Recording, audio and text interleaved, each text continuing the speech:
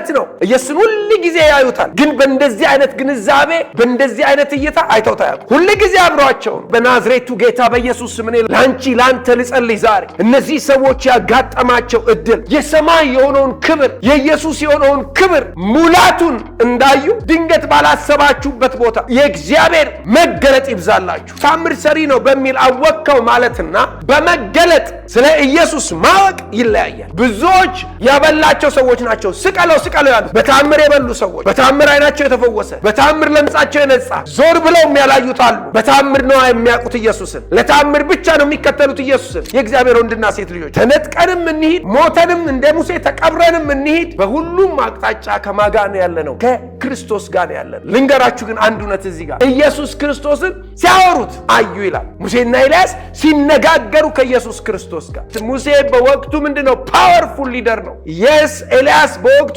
ፓወርፉል ፕሮፌት ነው። ግን ኢየሱስ ክርስቶስ በወቅቱ የሚባል አይደለም። ትላንትና ዛሬ እስከ ለዘላለም ያው የሆነ የአምላክ አይናቸውንም አቅንተው ሲያዩ ከኢየሱስ ብቻ በቀር ማንንም አላዩም። ቅድም ግን ሙሴና ኤልያስ ብለው ነበር። አሁን ግን ሲያዩ ኢየሱስ ብቻ።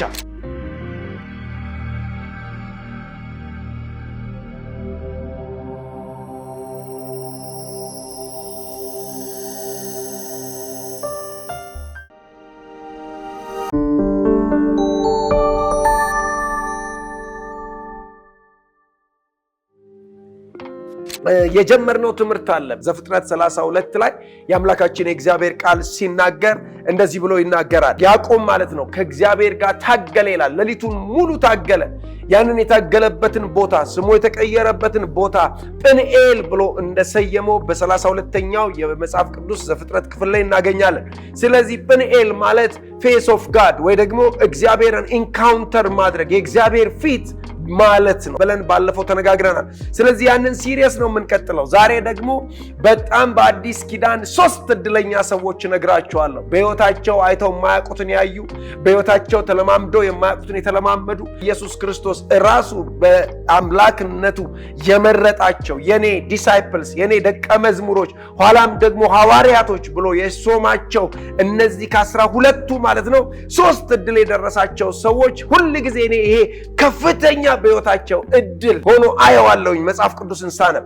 ስለዚህ በማቴዎስ ምዕራፍ 17 ከቁጥር 1 እስከ 13 እናነብና አጭር ደቂቃ እዚህ ቃል ላይ ያየሁትን እውነታዎች በዚህ ቃል ላይ ያሉትን በረከቶች በእኔና በእናንተ በትውልዳችን በዘራችን በፊውቸራችን ላይ ዲክሌር አድርገን ዛሬ እንግዲህ ይህንን ቃል እንደ እግዚአብሔር ሐሳብ ይዞልን የመጣውን በረከትና ተአምር እንቀበላለን በኢየሱስ ስም። መጽሐፍ ቅዱስ ሲናገር እንደዚህ ይላል። ምዕራፍ 17 የማቴዎስ ወንጌል ከቁጥር 1 እስከ 13 ከ6 ቀንም በኋላ ኢየሱስ ጴጥሮስንና ያዕቆብን ወንድሙንም ዮሐንስ ይዞ ወደ ረጅም ተራራ ብቻቸውን አወጣቸው ይላል። በፊታቸውም ተለወጠ፣ ፊቱም እንደ ፀሐይ በራ፣ ልብሱም እንደ ብርሃን ነጭ ሆነ። እነሆም ሙሴና ኤልያስ ከእርሱ ጋር ሲነጋገሩ ታዩአቸው ይላል። ቁጥር 4 ጴጥሮስም መልሶ ኢየሱስን ጌታ ሆይ በዚህ መሆን ለእኛ መልካም ነው። ብትወድስ በዚህ 3 ዳስ አንዱን ለአንተ አንዱንም ለሙሴ አንዱንም ለኤልያስ እንስራ አለ። እርሱም ገና ሲናገር እነሆ ብሩህ ደመና ጋረዳቸው። እነሆም ከደመናው በእርሱ ደስ የሚለኝ የምወደው ልጄ ይህ ነው፣ እርሱን ስሙት የሚል ድምፅ መጣ። ቁጥር 6 ደቀ መዛሙርቱም ሰምተው በፊታቸው ወደቁ፣ እጅግም ፈርተው ነበር። ኢየሱስም ቀርቦ ዳሰሳቸውና ተነሱ፣ አትፍሩም አላቸው። ዓይኖቻቸውንም አቅንተው ሲያዩ ከኢየሱስ ብቻ በቀር ማንንም አላዩም። ከተራራውም በወረዱ ጊዜ ኢየሱስ የሰው ልጅ ከሙታን እስኪነሳ ድረስ ያያችሁትን ለማንም አትንገሩ ብሎ አዘዛቸው። ደቀ መዛሙርቱም እንግዲህ ጻፎች ኤልያስ አስቀድሞ ሊመጣ ይገባዋል ስለምን ይላሉ ብለው ጠየቁት። ኢየሱስም መልሶ ኤልያስማ አስቀድሞ ይመጣል፣ ሁሉንም ያቀናል። ነገር ግን እላችኋለሁ ኤልያስ ከዚህ በፊት መጣ፣ የወደዱትንም ሁሉ አደረጉበት እንጂ አላወቁትም። እንዲሁም ደግሞ የሰው ልጅ ከእነርሱ መከራ ይቀበል ዘንድ አለው አላቸው። በዚያ ጊዜ ደቀ መዛሙርቱ ስለ መጥምቁ ስለ ዮሐንስ እንደ ነገራቸው አስተዋሉ ይላል። እነዚህ 3 ደቀ መዛሙርቶች መጽሐፍ ቅዱሳችን ሲናገር ጴጥሮስ ይለዋል፣ ከዛ በኋላ ያዕቆብ ይለዋል፣ ከዛ በኋላ ወንድሙ ዮሐንስ ብሎ ይናገራል።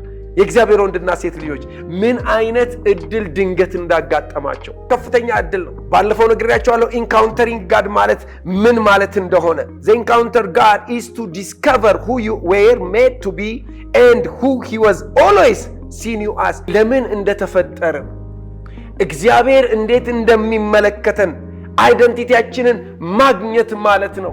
ወደ ትክክለኛው እግዚአብሔር ለጠራን ዓላማ እግዚአብሔር ከእናታችን ማፀን ከመውጣታችን በፊት ማለት ነው ላየልን ዲዛይን ላደረገው ለዛ ነገር ምን ማለት ነው ብያቸዋለሁ። በቃ ከዛ ነገር ጋር መገናኘት ነው ብያቸዋለሁ። አዎ እውነት ነው። መጽሐፍ ቅዱሳችን ላይ ሲናገር ያዕቆብ በጣም በብዙ ደክሟል፣ በብዙ ለፍቷል። እዚህ ምድር ላይ ይከናወንልኝ ብለን በምናስበው ነገሮች ሁሉ ያዕቆብ ወንድማችን ተከናውኖለታል፣ ወይ ደግሞ አባታችን ፎር ፋዘርስ ነገር ግን ያዕቆብ ውስጥ የሚጮህ ጩኸት አለ። ስቲል አንሳቲስፋክሽን ያረካበት ጉዳይ አለ። ለዛ ነው መጽሐፍ ቅዱስ መጣና እግዚአብሔር ሌሊቱን ሙሉ ሲታገለው ነበር። ማን ነው ስም? ያዕቆብ እባላለሁ፣ ከዚህ በኋላ ያዕቆብ አትባልም እስራኤል ትባላለህ ብሎ ስሙን ከለወጠው በኋላ መጽሐፍ ቅዱሳችን ሲናገር የዛም ቦታ ስም ጵኒኤል ብሎ ጠራው ይላል። ጵኒኤል ፌስ ኦፍ ጎድ ወይ ደግሞ ኢንካውንተሪንግ ዊዝ ጎድ እግዚአብሔርን መገናኘት ሲል አለ። ስለዚህ ሁላችሁ ተመልከቱ፣ እነዚህ ሐዋርያቶች ወይ ደግሞ የኢየሱስ ክርስቶስ ደቀ መዝሙሮች አብረውት ከኢየሱስ ጋር ካፕል ኦፍ ታይም አሳልፏል። የተወሰነ ጊዜ መጥተዋል፣ አብረው ሲፈውስ አይተዋል፣ በአካል ሲመላለስ አይተዋል፣ ሲያስተምር አይተዋል፣ የተለያየ ነገር ሲያደርግ ብቻ አብረውት ነው ያሉት። ሃውኤቨር እዚህ ጋር ግን አሁን ያጋጠማቸው እንደ ማቴዎስ ምዕራፍ 17 አገላለጽ ያጋጠማቸው ትላንት ከተለማመዱት ውጪ፣ ትላንትና እናውቀዋለን ካሉት ውጪ፣ ትላንትና ሰምተናል ካሉት ውጪ አዲስ የሆነ ኢንካውንተር። እኔ ምን አልኩት መሰላችሁ? ኢንካውንተሪንግ ጋር እግዚአብሔር በቃ በራሱ አነሳሽነት በራሱ ፍቃድ በእውነት ነው የምላችሁ ድንገት መንገዳችሁ ላይ ያላሰባችሁትን ክብር ይዞ ሲመጣ ያላሰባችሁትን የእሱን በቃ መገለጥ ይዞላችሁ ሲመጣ it is encountering to God። ኢየሱስ ለዘላለም ጌታ። ስለዚህ እነዚህ ሰዎች ማለት ነው ድንገት ተለወጠባቸው ይላል መጽሐፍ ቅዱስ ሲናገር። ጴጥሮስ ያዕቆብና ወንድሙ ዮሐንስ የገጠማቸው ከሌሎች የተለየ ከፍተኛ የሆነ እድል ነው፣ ማንም ያላጋጠመው። ለምንድን ነው እነዚህን ሶስቱን ብቻ የመረጠው? አንድ ነገር እናውቃለን፣ የኢየሱስ ምርጫ ትክክል እንደሆነ። ለምን ግን እነዚህን ሶስቱን እንደመረጠ ምክንያቱን አናውቅም። በመላምት እንዲህ ሊሆን ይችላል፣ እንዲህ ስለሆነ ነው ምን ልንል እንችላለን። መጽሐፍ ቅዱስ ለዚህ መልስም የለውም። ኢየሱስ ክርስቶስ በምርጫው እንደማይሳሳት ብናውቅም ለምን ግን እነዚህ ሶስቱ ብቻ? እንዴ ከ12ቱ እንደገና እነዚህ ሶስቱ ወደ ተለየ ጌተሰማኒም ይዞ ሲገባ እነዚህን ያስጠጋቸዋል። አንዳንድ ሰዎች ቤት ለፈውስ ይዞ ሲገባ እነዚህን ያስጠጋቸዋል። እዚህ ጋም ደግሞ አሁን ከነዚህ ከተደረጉት ተአምራቶች አብረውት በቃ እየተመረጡ ከገቡባቸው ቦታዎች አብረውት እየተመረጡ ከጸለዩባቸው ቦታዎች ታውቃላችሁ፣ this is የተለየ በሕይወታቸው የተለየ ኢንተርቬንሽን። ዋይ የዛሬው ቀን ለነዚህ ለሶስቱ ሰዎች የኢየሱስ ደቀ መዝሙሮች በጣም የተለየ ነው። በሕይወታቸው ተለማምደው የማያውቁትን፣ በሕይወታቸው አይተው የማያውቁትን፣ በሕይወታቸው ሰምተው የማያውቁትን የሰሙበት። እውነት ነው ኢየሱስን ሁል ጊዜ ያዩታል፣ ግን በእንደዚህ አይነት ግንዛቤ በእንደዚህ አይነት እይታ አይተውት አያውቁም። ሁል ጊዜ አብረዋቸው ነው። በእውነት በናዝሬቱ ጌታ በኢየሱስ ስም እኔ ለእናንተ ልጸልይ ዛሬ፣ ለአንቺ ለአንተ ልጸልይ ዛሬ። እነዚህ ሰዎች ያጋጠማቸው እድል ድንገት ተለው በቃ የሰማይ የሆነውን ክብር የኢየሱስ የሆነውን ክብር ሙላቱን እንዳዩ በእውነት ድንገት ባላሰባችሁበት ቦታ የእግዚአብሔር መገለጥ ይብዛላችሁ፣ የእግዚአብሔር ኢንተርቬንሽን ይብዛላችሁ። ምን አደረገ ይላል? ተለወጠባቸው ይላል። ሃሌሉያ! ኢየሱስ ለዘላለም ጌታ ነው። ኢየሱስን በሰውነቱ ያውቁታል፣ እውነት ነው። ነገር ግን በሰውነቱ አወቁት ማለት በአምላክነት ክብሩ አወቁት ግን ማለት አልነበረም። ይጋፉታል፣ አብረውት የሚደረገውን ያያሉ፣ የሚያስተምረውን ይሰማሉ። ነገር ግን እዚህ ጋር ይሄ ቀን ለነሱ የተለየ ነው። በኢየሱስ ክርስቶስም ይሄ ሜሴጅ ከሰማችሁባት ከዚች ቀን ጀምሮ የተለየ የሚባለው ቀን ያጋጥማችሁ። በተለይ የእግዚአብሔር ጣልቃ ገብነት ታውቃላችሁ።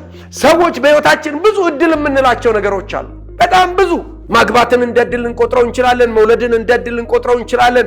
ቤት መግዛትን እንደ እድል፣ አገር መቀየርን እንደ እድል፣ ብቻ እድል የተለያየ በሉት የተለያየ እድል የምንላቸው ነገሮች ከእድሎች ሁሉ የተለየ እድል፣ ከእድሎች ጋር መደዳ የማይመደብ እድል፣ ከእድሎች ሁሉ የተለየ ከፍተኛ እድል ብለህ የምትጠራው በሰው ልጆች ሕይወት ቢሆን የምትፈልገው ወይ ደግሞ ቢሆን ትልቁ የምትለው ብትሉኝ እዚህ ማቴዎስ 17 ላይ ያለው እነ ጴጥሮስ ያዕቆብና ዮሐንስ የተለማመዱት እድል በኢየሱስ ስም ይሄ እድል በቤታችሁ ይግባ። እነዚህ 3 ሰዎች ኤክስፒሪየንስ ያደረጉት እድል በህይወታችን በእያንዳንዳችን ህይወት ይግባ። ሃሌሉያ። ታውቃላችሁ እነዚህ 3 ሰዎች ከዛ በኋላ ለሚያጋጥማቸው ክርስቲያናዊ ቻሌንጅ በክርስትናቸው ምክንያት ለመጡ ነገሮች ለጻፏቸው ሜሴጆች እንዴት አድርገው መሃል ላይ እንደተናገሩ መጽሐፍ ቅዱሳችን ላይ አሳያቸዋለሁ አንዳንድ ቦታ። ነገር ግን ይኸውላችሁ ተመልከቱ፣ ኢየሱስን በሚሰራው ተአምራት አወቅከው ማለት ራሱ በመገለጥ ማወቅ ከፍተኛ ልዩነት አለው። በሌላ ነገር ኢየሱስ ክርስቶስን የታምር እየሰራ ነው፣ ታምር ሰሪ ነው በሚል አወቅከው ማለትና በመገለጥ ስለ ኢየሱስ ማወቅ ይለያያል።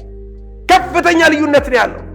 ብዙዎች ያበላቸው ሰዎች ናቸው ስቀለው ያሉት። በታምር የበሉ ሰዎች፣ በታምር አይናቸው የተፈወሰ፣ በታምር ለምጻቸው የነጻ፣ ዞር ብለው የሚያላዩት አሉ። በታምር ነው የሚያውቁት ኢየሱስን፣ ለታምር ብቻ ነው የሚከተሉት ኢየሱስን። በክብሩ የተገለጠላቸው ግን አፕሳይድ ዳውን ሲሰቀሉ በክብሩ የተገለጠላቸው ሰዎች ግን ማለት ነው ራሳቸውን ለዚህ ለልዑል እግዚአብሔር አሳልፈው ሲሰጡ ከሁኔታ በላይ ሲራመዱ፣ ሃሌሉያ። በኢየሱስ ስም እንደዚህ የሚያደርግ ክብር እነዚህ ሰዎች ያጋጠማቸው እድል ሁሉ ጊዜ በቤታችሁ ይብዛላችሁ። ድንገት ተገለጠባቸው ይላል፣ ድንገት ተለወጠባቸው ይላል። ጴጥሮስ በመልእክቱ ላይ ምን አለ መሰላችሁ? ሁለተኛ ጴጥሮስ ከ1 እስከ 13 እስከ 18 ሁሉ ጊዜ በዚህ ማደሪያ ሳለው በማሳሰቢያ ላነቃችሁ የሚገባኝ ይመስለኛል አለ። ለምን? አሁን ተደራሲያኑን እሱ በህይወቱ አንድ የማይረሳው ቀን አለ። እሱ በህይወቱ ታውቃላችሁ የካድኩበትን ቀን ላይል ይችላል ጴጥሮስ። አሁን በዚህ ታይም ላይ አሁን ጴጥሮስ አይምሮ ላይ ያለው የጴጥሮስ ኢየሱስን ሲያስብ የእግዚአብሔርን መንግስት ሲያስብ በእግዚአብሔር በክርስትና ህይወት መኖርን ሲያስብ ሁሌ የሚመጣበት ነገር አለ። ለዚህ ነው እንደዚህ ያለ ለተደራሲያኑ በሁለተኛ ጴጥሮስ ላይ ሲናገር ሁሉ ጊዜ በዚህ ማደሪያ ሳለው በማሳሰቢያ ላነቃችሁ የሚገባኝ ይመስለኛል። ምን? ጌታችን ኢየሱስ ክርስቶስ እንዳመለከተኝ ከዚህ ማደሪያ መለየቴ ፈጥኖ እንዲሆን አውቃለሁና፣ ያውም ናቹራል ሞት አይደለም እያወራ ያለው፣ ከዚህ ማደሪያ እለያለሁ አለ። ሃሌሉያ። ለመስዋዕት በቃ ለሰማዕትነት እንኳን ሲሄድ ማለት ነው ወይኔ እያለ እየደነገጠ ምናምን አይደለም። ዋይ መጽሐፍ ቅዱስ ሲናገር እንደዚህ ያለ። እኔ አሁን ስላሟሟቱ አይደለም መናገር የምፈልገው፣ ከመውጣቴም በኋላ አለ እነዚህን ነገሮች እንድታስቡ በየጊዜው ትችሉ ዘንድ ተጋለው አለ። ተመልከቱ የሚያስበው ምንድነው? አሁን እኔ ከዚህ ቦዲ ከወጣው በኋላ እኔ ወደሚሄድበት ጌታችን ኢየሱስ ክርስቶስ ወዳለበት እናንተም እስክትመጡ ድረስ በዚህ ምድር በዚህ ዓለም ላይ ያላችሁ እንድታስቡ የምፈልገው ነገር አለ። የእርሱን ግርማ አይተን እንጂ አለ። ተመልከቱ በብላት የተፈጠረውን ተረት ሳንከተል የጌታችን የኢየሱስ ክርስቶስን ኃይልና መምጣት አስታወቅናችሁ አለ። ግርማውን አይተናል አለ። ተረት አይደለም አለ። we've seen it አለ። አይቻለሁኝ አለ።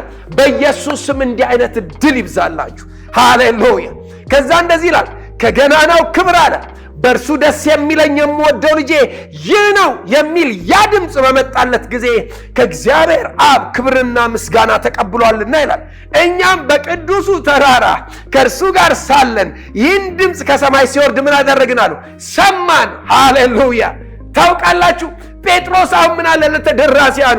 ተረት አይደለም አለ፣ ፊክሽን አይደለም አለ፣ አፈ ታሪክ አይደለም አለ። ነገር ግን አለ በቃ ከገናናው ክብር አለ በእሱ ደስ የሚለኝ የምወደው ልጄ እሱ ነው ሲል ከሰማይ ድምፅ ሲመጣ ሰምተናል አለ። በቅዱሱ ተራራ ላይ በዛ ጊዜ አብረን ነበርን። የትኛውን እያወራ ነው? ሃሌሉያ።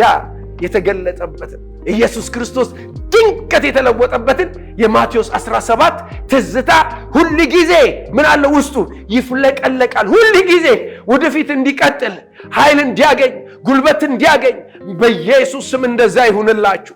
የዛሬ ስንት ዓመት ጌታ ተገናኘኝ ልትሉኝ ትችላላችሁ። ድንገት በራእይ ያየሁት ልትሉ ትችላላችሁ። ድንገት ስጸልይ ልትሉኝ፣ ድንገት እየነዳው ልትሉኝ ትችላላችሁ።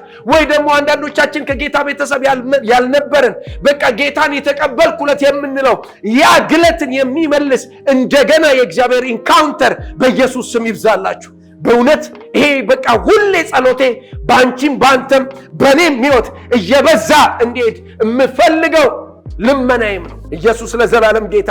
ጴጥሮስ ከብዙ ዓመት በኋላ ኢየሱስ በሄደ ማለት ነው። ከዛ ምን አላቸው ለተደራሲያኑ? ተረት አይደለም፣ በብልሃት የተሰራ ነገር አይደለም የተከተልነው አለ። የተፈጠረውን ተረሳ እንከተል ጌታችን ኢየሱስ ክርስቶስ ኃይልና መምጣት አስታወቅናቸዋል። ከገናናው ክብር ወደዛ በቃ ትላንትና የዛሬ ስንት ዓመት ወደ ተገለጠለት ኢየሱስ በቃ ምን አደረገ? በፊታቸው ተለወጠ የሚለው እሱን ነው የሚያዩ። በቃ ያ ነው ትዝ የሚለው። ከዚህ ማደሪያ ልወጣ ነው አለ። ነገር ግን የምተውላችሁ ነገር አለ። ይሄ ፕሮፋውንድ የሆነ ትሩዝ በዛ ጊዜ ኢንካውንተር ያደረግነው እሱ ጌታ ተመልሶ ይመጣል አለ። ይመጣል። ስለዚህ እዚህ አካባቢያችሁ ላይ በቀኝ በግራ ከሚሰማው ከሚታየው ነገር ራሳችሁን ምን በሉ አለ? ቆጥቡት አለ። ግቱት አለ። ለዛ ነገር ራሳችሁን አሳልፋችሁ አትስጡ። አዎ በዚህ ታይም እኮ ጴጥሮስ ሲጽፍላቸው እነዚህ ሰዎች በተለያየ ምክንያት በክርስትና ስደት ውስጥ ያሉ ሰዎች ናቸው። በክርስትና ምክንያት የሚደርስባቸው ብዙ ነገር አለ። ግን ጴጥሮስ ምን አለ? ስታንድ ፈርም፣ ጸንታችሁ ቁሙ። ይሄ የምንከተለው ኢየሱስ የእርሱን ግርማ አይተን እንጂ በብላት የተፈጠረውን ተረት አይደለም። ይሄ እድል ነው እንግዲህ ጴጥሮስ የዛሬ ስንት ሺህ ዓመት ያጋጠመውን አሁን ለተደራሲያኑ የነገረ። ዮሐንስስ ምን አላቸው ይሆን? ዮሐንስ በወንጌሉና በራእዩ እንደዚህ አለ። በዮሐንስ ምዕራፍ 1 ቁጥር 14 ላይ ቃልም ሥጋ ሆነ አለ፣ ጸጋንና እውነትም ተሞልቶ በእኛ አደረ አለ። ከዛስ አንድ ልጁም ከአባቱ ዘንድ እንዳለው ክብር የሆነውን ክብሩን አየናል። አንድ ልጅ ከአባቱ ዘንድ አለ እንዳለው ክብር የሆነውን ክብር አየን። ወይም አሁንም ሪፈር የሚያደርገን የቱ ጋር ነው ብትሉኝ ማቴዎስ 17 ላይ የስ እውነት ነው። ቃል ምን ነበረ ብሎ ከመጀመሪያ ጀምሮ ሲነግረን ተናግሮ አሁን መጨረሻ ቁጥር 14 ላይ መጣና እኛም አለ አንድ ልጁ ከአባቱ ዘንድ እንዳለው ክብር የሆነውን ምኑን አለ ክብሩን አየን። ይሄ ጸጋንና እውነትን ተሞልቶ በእኛ ያደረውን ይሄንን ክብሩን አይተናል አለ። ኢየሱስ ለዘላለም ጌታ ነው። እንደዛ ይሁንላችሁ። በመጀመሪያ ሲሪየስ ላይ ራእይ ምዕራፍ 1 አንብቤላችኋለሁ። እዚህ ጋርም ደግሞ ዮሐንስ ይደግመዋል። ምን ብሎ ይደግመዋል? እንደዚህ ይላል ይላችሁ የሚናገረኝንም ድምፅ ለማየት ዞር አልኩ ይላል። አሁን የሚደግመው ምንድነው? በ17ኛው ምዕራፍ ላይ ኢየሱስን በማያውቀው መልኩ አውቆታል። አሁን ደግሞ የህይወቱ ማብቂያ አካባቢ እንደገና ድጋሚ እግዚአብሔር በፍጥሞ ደሴት በዛ በመንፈስ በነበረበት ሰዓት ምን አይነት አሳየው መሰላችሁ? የሚናገረኝንም ድምፅ ለማየት ዘወር አልኩ ይላል። ቁጥር 12 ላይ ዘወርም ብዬ 7 የወርቅ መቅረዞች አየሁ ይላል። ከዛ በኋላ እንደዚህ ላይ የኢየሱስ ክርስቶስን ዲስክሪፕሽን ሲናገር በመቅረዞቹ መካከል የሰው ልጅ የሚመስለውን አየሁ። እርሱም እስከ እግሩ ድረስ ልብስ የለበሰውን ደረቱንም በወርቅ መታጠቂያ የታጠቀ ነበረ።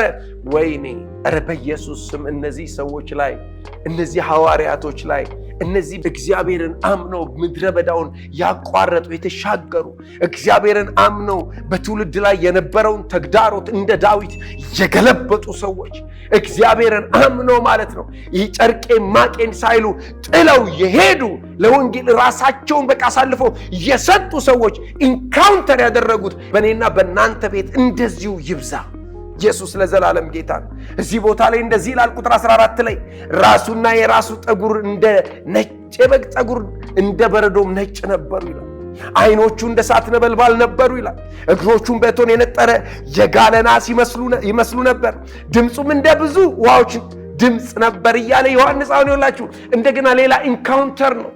ሌላ ኢንካውንተር በፍጥሞ ደሴት ታውቃላችሁ። ፍጥሞ ደሴት ላይ የተጣለበት አንዱ ምክንያት የፈላ ዘይት ውስጥ ከተውት ምንም አይሆንም፣ አይጎዳም። ዘይት እየተፍለቀለቀ በቃ አይሞትም። ከዛ ይሄ ምንድነው ናቹራሊ በእንደዚህ አይነት ከምንገለው ብሎ ከዘይት ውስጥ አውጥተው ፍጥሞ ደሴት ላይ ወረወሩት ይላል። እዛ ቦታ በቃ ለህይወት የማይመች ቦታ የወዘር ኮንዲሽኑ በሉት የምኑ በቃ አንፌቨረብል የሆነ ተስማሚ ያልሆነ ኮንዲሽን በእንደዛ አይነት ሁኔታ ውስጥ ስቲል ዮሐንስ ምንድነው ብትሉኝ በጌታ ቀን በመንፈስ ነበርኩ አለ። ሁሉ ጊዜ በተራራ ላይ የተገለጠለት ኢየሱስ ያ ሁሌ በልቡ በቃ እየተቀጣጠለ ይኖራል። ልክ አሁን እዚህ ጋር እንደገና ኢየሱስ ላይ ሲለጠፍ የነበር ምን አሁን እዚህ ጋር ግን ተለጠፍኩ አይልም። ድምፁ ራሱ እንደ ብዙ ውሃዎች ድምፅ ነበር ካለ በኋላ በቀኝ እጁ 7 ከዋክብት ነበሩት። ከአፉም በሁለት ወገን የተሳለ ስለታም ሰይፍ ወጣ። ፊቱም በኃይል እንደሚያበራ እንደ ፀሐይ ነበረ። ባየሁትም ጊዜ እንደ ሞተ ሰው ሆኜ ከእግሩ በታች ወደኩ። ሃሌሉያ! ወይኔ ጌታ ኢየሱስ፣ ወይኔ ጌታ ኢየሱስ። በእውነት ተመልከቱ። ኢንካውንተር የሚያደርገው ምንድነው ብትሉኝ ሁል ጊዜ በቃ በክርስቶስ ፊት ራሳችንን በቃ ንቆ መጣል ሊሆን ይችላል።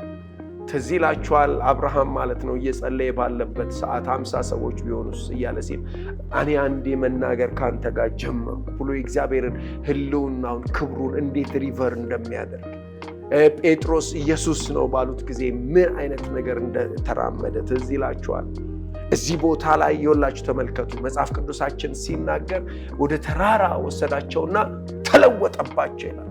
ሲለወጥባቸው አብረውት ማንን አዩ ይላል? ሙሴንና ኤልያስን አዩ ይላል።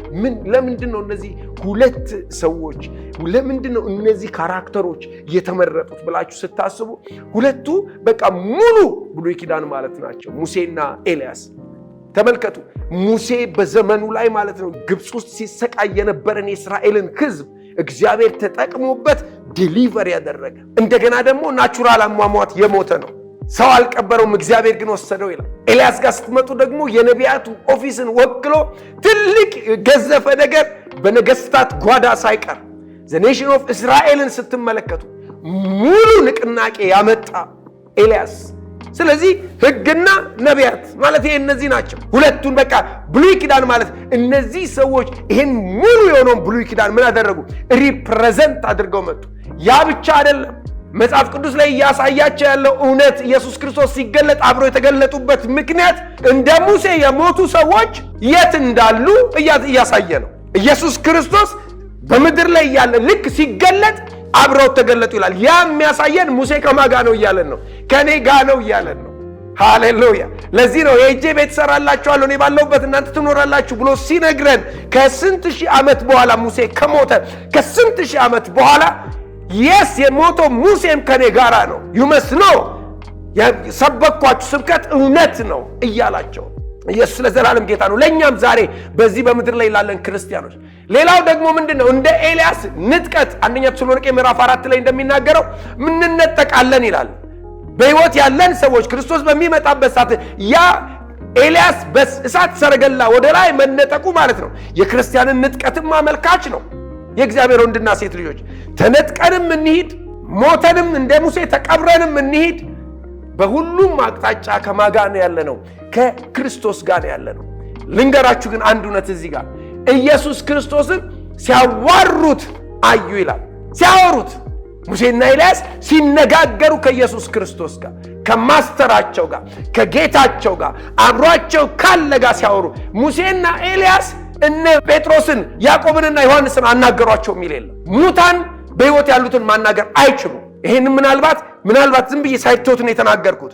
የሞቱ ሰዎች ከጌታቸው ከኢየሱስ ጋር ካሉ እሱን ነው ማዋራት የሚችሉት። እዚህ በሕይወት ያሉትን ግን ማውራት አይችሉም። ልክ ይሄ ምንድነው ዘመን ላይ ያለ ጥንቆላ በሉት ምን በሉት በቃ ሙታንን ማናገር እንችላለን የሚሉ ሰዎች ውሸት እዚህ ጋር ሲታይ ማለት ነው። ስለዚህ መጽሐፍ ቅዱሳችን ኤልያስንና ሙሴን አብረው አዩ ይላል። ግን አንድ ነገር ልንገራችሁ፣ በተለይ ለኔ የቀረልኝን በእነዚህ ሶስት ሰዎች ሕይወት እድል ነው ያልነው ነገር እድል መሆኑ ማለት ነው። በእነዚህ ሰዎች ሕይወት ውስጥ ምን አደረገ? ኢየሱስ እንደዚህ ሆኖ በእነሱ ፊት መለወጡ እነዚህንም ሰዎች ማየታቸው አንደኛ የሆነው ምንድነው ብትሉኝ ከሰልፍሽ ከሚባል ሕይወት እንዳወጣቸው ነው አያለው። ከራስ ወዳድነት አላቀቃቸው። ጴጥሮስ ትዝ ይላችኋል እንደዚህ አለ፣ በዚህ መሆን ለኛ መልካም ነው አለ። አንድ ለአንተ አንድ ለሙሴ አንድ ለኤልያስ ድንኳኖች እንስራ። ለኛ አይደለም ለናንተ ሰርተን በዚህ ነው።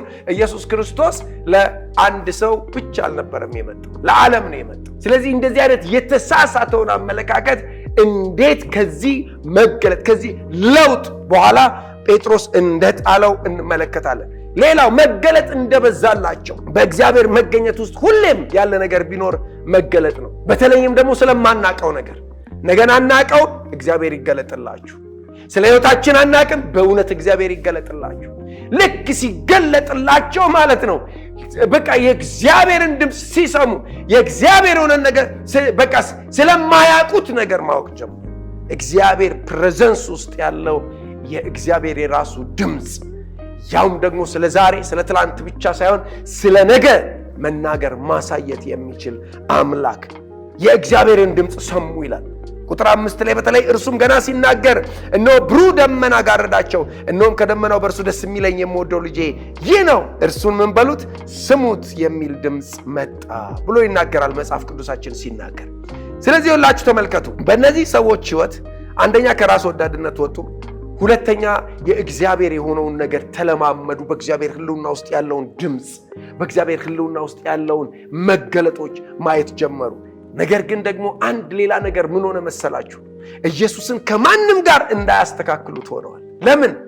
አንድ ለአንተ፣ አንድ ለሙሴ፣ አንድ ለኤልያስ እንስራሉት። ኢየሱስን ከነዚህ ጋር እኩል አደረጉት። ከሙሴና ከኤልያስ ጋር ምን አደረጉት? ኢየሱስን እኩል በእኩል አይን እንዲያዩት ሆነ።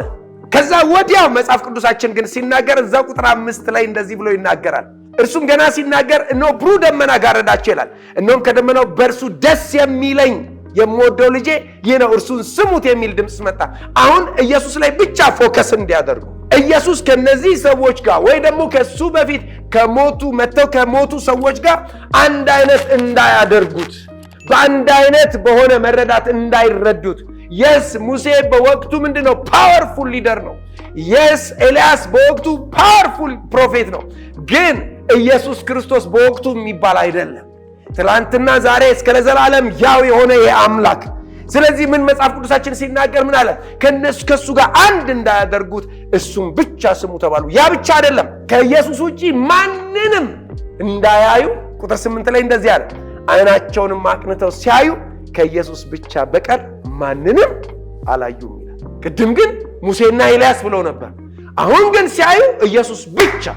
እግዚአብሔር ምንጊዜም የምንወዳቸው አገልጋዮች ሊኖሩን ይችላሉ። ልክ እንደኔ እንደ ዛሬ ብዙዎቻችሁ ትወዱኛላችሁ፣ ብዙዎቻችሁ። ነገር ግን አይናችሁ እኔና ኢየሱስ ላይ ሳይሆን ኢየሱስ ላይ ብቻ። የምትወዷቸው ማንንም በሉት ከኢየሱስ ጋር ኢኩዌት ማድረግ አንችል። እነዚህ ሰዎች ኢየሱስ ክርስቶስን ቀና ብለው ሲያዩ ሙሴና ኤልያስ የሉ። ለምንድን ነው ብትሉኝ፣ እግዚአብሔር ምንጊዜም ከድምፅ ደግሞ ባለፈ እሱም ብቻ ስሙት ብሎ ከዚህ ደግሞ ባለፈ እነዚህን ሰዎች ከዓይናቸው ላይ ያነሳቸው። ከዛ ኢየሱስ ብቻ። ኢየሱስ ለዘላለም ጌታ። አስታውሱ፣ ትልቅ ዕድል ነው። እዚህ ጋር ልለያችሁ። ዛሬ ጴጥሮስ ያዕቆብና ወንድሙ ዮሐንስ ያጋጠማቸው በጣም ትልቅ ዕድል ነው። በኢየሱስ ስም በየቤታችሁ ይሄ ዕድል ይድረሳችሁ፣ ይድረሰን። በቃ ሁሉ ጊዜ ክርስትና የተሰላቸ ህይወት ሆኖ እንዳይቀጥል፣ የተለማመድነው ሆኖ እንዳይቀጥል። ከኢየሱስ ክርስቶስ ጋር እነዚህ ሰዎች ሲያስተምርም ያያሉ፣ አባስቶ እንጀራም ሲሰጥ ያያሉ። at some point ተለማምዶት ሊሆን ይችላል። ማን የዳሰሰኝ ራሱ ምን ሁሉ ሰው ያጋፋ ኖርማል ሊመስል ይችላል። ነገር ግን ይሄ ኖርማል የሚመስልን አካሄድ የሚለውጥ የእግዚአብሔር ቅባት በቃ ይሄ ምንድነው? ተለወጠባቸው። ልክ ሲለወጥ በቃ አለቀ። የዘመናቸው ስንቅ ሆነ።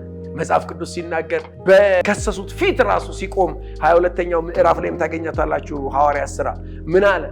ያኔ በደማስቆ እኔ ሳሳድድ አለ እግዚአብሔር እንዴት እንደተገለጠለት፣ ኢየሱስ እንዴት እንደተገለጠለት፣ ምን አይነት ኢንካውንተር። በቃ ሁሉ ጊዜ በሄደበት የሚመሰክረው ምንድነው? እግዚአብሔር አስገራሚ ታምር በእኔ ያደርግ ነበር አይደለም።